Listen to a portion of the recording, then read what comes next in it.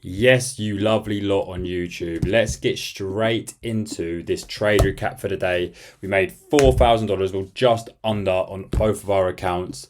So we go straight from the beginning, right? We get into the day, and I'll be honest with you, I actually had a bullish bias. Now, my reasons for that were pretty simple, right? On the hour at the beginning of the day, why is the Wi-Fi not working? Oh, here it is.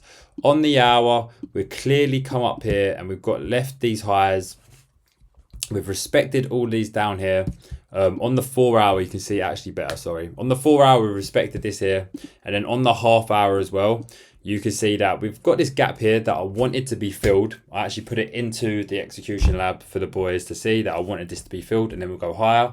It was just the way that we respected on that 4 hour, that we'd left these highs without taking them out, that just made me sort of think that we're going to be pushing higher. I wasn't like married to that bias, especially because ES had ripped and had left a few SMTs as well. So yeah, going into the session, I was leaning towards being bullish. That quickly changed as we got into the session for obvious reasons, right? If we play a few candles through here as well, we just get like insane selling pressure, right? Like crazy selling pressure. We leave the Asia low, I believe it is. The Asia low. Yeah. So we leave the Asia low, just edging it. Now, at this point, I'm sort of thinking to myself, right, are we going to now reverse higher because I had that bullish bias, or are we actually just stuck or just going to have a retracement for the shorts? So if you play out a few more candles here, this is what sort of switches my mind, because I was leaning towards entering longs, I'll be honest.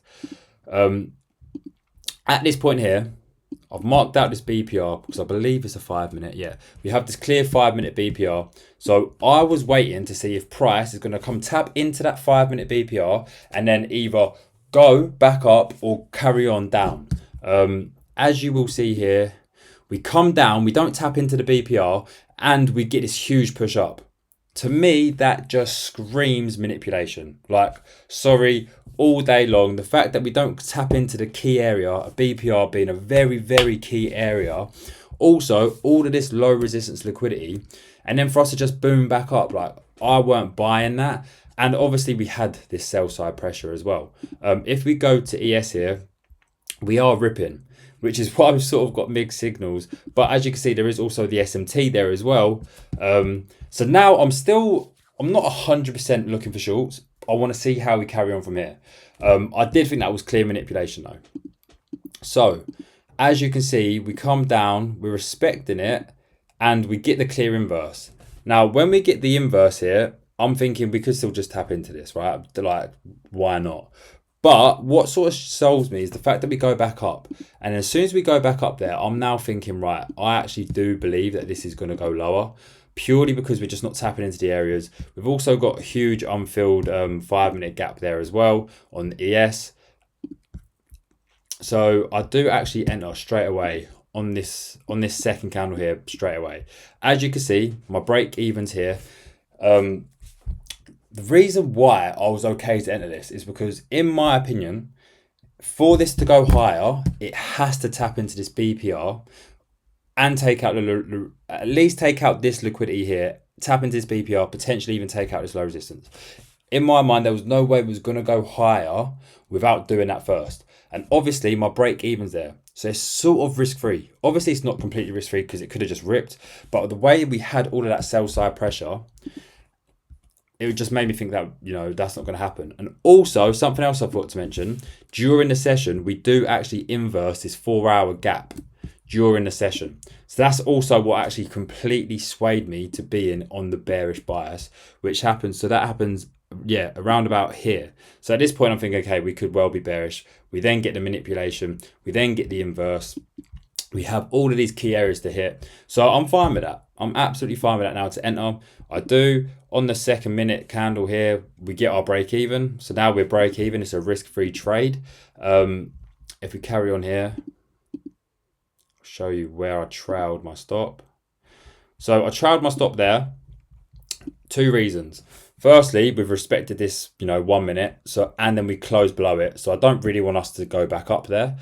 Also, I don't usually trail, right? I very, very, very rarely trail. But we're still ripping higher. Yes, this is an SMT, right? Like this is an SMT, okay? But we are ripping higher still.